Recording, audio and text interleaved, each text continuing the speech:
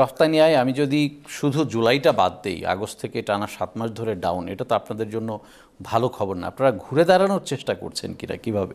অবশ্যই নতুন সরকারকে ধন্যবাদ দেব এই জন্য যে সরকার দায়িত্ব নেওয়ার পরপরই কিছু দ্রুত সিদ্ধান্ত নিয়ে নিয়েছে। একটা হচ্ছে এলডিসি গ্র্যাজুয়েশন ডিফার করার বিষয়টা একদম ভেরি নেক্সট ডে চিঠিটা দিয়ে দিয়েছে, কোনো এখন এখানে সময় ক্ষেপণ করে না, এটা একটা ভালো জিনিস।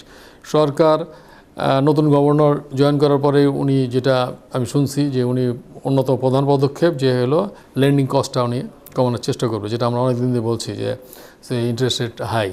সো প্লাস জ্বালানি নিয়ে সরকার, আমি গতকাল দেখলাম যে দিনভর মিনিস্ট্রিতে মিটিং হয়েছে জ্বালানি সমস্যার সমাধান কীভাবে করা যায়। সো এইগুলো যদি ফোকাস করা যায়, এর সাথে যদি ল অ্যান্ড অর্ডার সিচুয়েশন ভালো থাকে, আর যেহেতু একটা ভালো ইলেকশন হয়েছে এবং এই সরকারের মেয়াদ 5 বছর, সুতরাং বায়ারদের কনফিডেন্স বাড়ার কথা এবং আমরা আশা করছি সামনের দিকে ভালো হবে। বাট যারা পিছিয়ে পড়েছে তাদেরকে কিভাবে আবার টেনে তোলা যায় সেটা নিয়েও কাজ করতে হবে। হ্যাঁ, যেহেতু এলডিসি ইস্যুতে আপনি কথা বললেন, আমরা একটা আবেদন অলরেডি করেছি, আলোচনা শুরু হয়েছে, সিদ্ধান্ত হয়তো কিছুদিন লাগবে। অনেকেই কিন্তু এর বিপক্ষে আছেন, শুধু ব্যবসায়ী সমাজে দেখলাম যে এই পেছানোর পক্ষে বেশি জোরালো মতামত তাদের। যদি 3 বছর পেছানো হয়, এই 3 বছর যে আপনারা কাজে লাগাবেন এই নিশ্চয়তাটা কতটুকু? আগেও তো লম্বা সময় হাতে ছিল, কোনো কাজ কেন হয় নাই? কাজটা করতে হবে যৌথভাবে। ব্যবসায়ী সমাজ তার কনসার্ন জানিয়েছে এবং কী করতে হবে সেটার একটা গাইডলাইন বলেন, অ্যাডভাইস বলেন, অনুরোধ বলেন, এটা আমরা দিয়েছি। কাজ কিন্তু সরকারকে করতে হবে। সরকার যদি বেসরকারি খাতের কাছে কোনো ধরনের সাহায্য চায়, ইনভলভমেন্ট চায়, তা আমরা তো রেডি।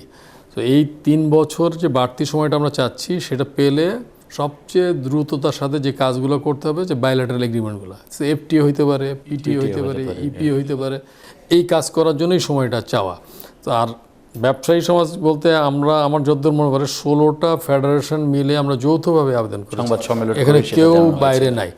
এখন কেউ দ্বিমত পোষণ করতেই পারে, ডিফারেন্স অফ ওপিনিয়ন, এটাতে তো আমরা কারো রাগ করার কিছু নাই, ভিন্নমত থাকতেই পারে। কিন্তু মেইন স্ট্রিমে আমরা যারা আছি, যারা অর্থনীতি নিয়ে কাজ করি, আমরা গবেষণা করি না, আমরা একদম গ্রাউন্ডে আছি।